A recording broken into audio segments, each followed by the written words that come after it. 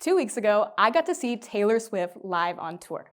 Now, I had tickets to the Friday show, meaning I had a full day worth of university student responsibilities I had to get through before actually going to the concert. The most daunting of these activities, my 3-hour lecture right in the middle of my day. This lecture dragged, feeling a lot more like 6 hours instead of 3, but eventually I got through it. After class, I made my way to the show, beyond excited for Taylor's iconic 3-hour marathon of a performance. But before I knew it, it was all over, and I was headed back home. This got me wondering, why did my class feel like an eternity while the concert passed by in a flash? Did I somehow warp time and unlock the secrets of time travel? Okay, maybe not time travel like Back to the Future time travel, but somehow I experienced the same amounts of time very differently. Now, hear me out. I propose that if we understand our perception of time and what affects our perception of time, maybe we can figure out a way to psychologically time travel.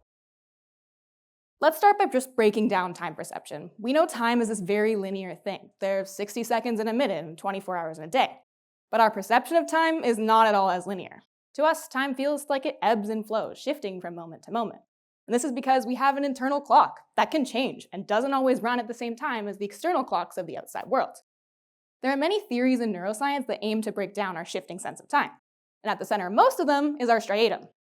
Our striatum is thought to be responsible for our perspective sense of time, how time is feeling to pass in this current moment.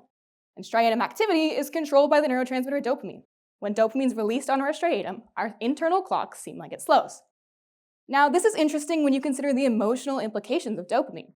Dopamine is associated with reward processing and feelings of joy, and is often released when we encounter something new and exciting. So, I'm at Taylor Swift. She comes out for a new song, and I'm getting these hits of dopamine. And that's awesome. It makes me have fun, and it makes me enjoyed and engaged in her performance. But what's not so awesome? All this dopamine is actually warping my sense of time, making the 3 hours feel a lot more like 30 minutes.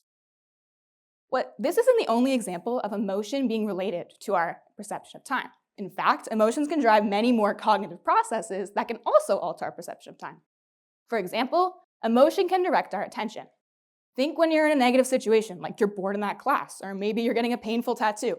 In either case, you probably seek escape from these negative feelings and naturally turn your attention to how much time has passed. Focusing your attention on the passage of time only makes time pass slower. Compare this to a more positive situation. You use most of your attention to be engaged with the situation, focusing little attentional resources on timekeeping. And when you don't focus on the passage of time, time feels like it flies. So why was that class so long? Probably because all I could think about during that class was getting out of that class.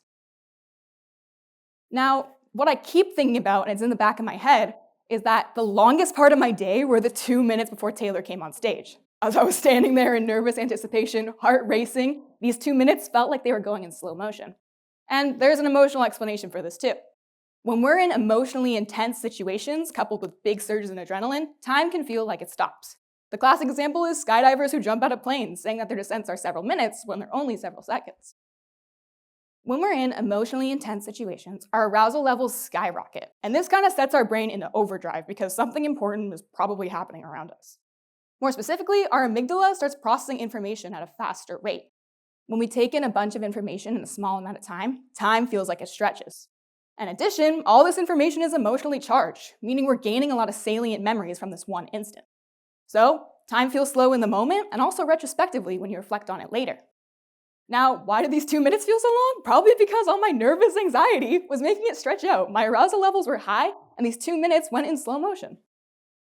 Okay, evidently, emotions have the power to influence our perception of time. They can directly speed up or slow down your internal clocks, and they can direct your attention towards or away from the passage of time.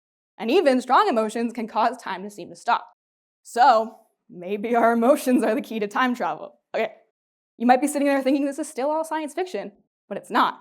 If you can understand time perception, you can use time to your advantage.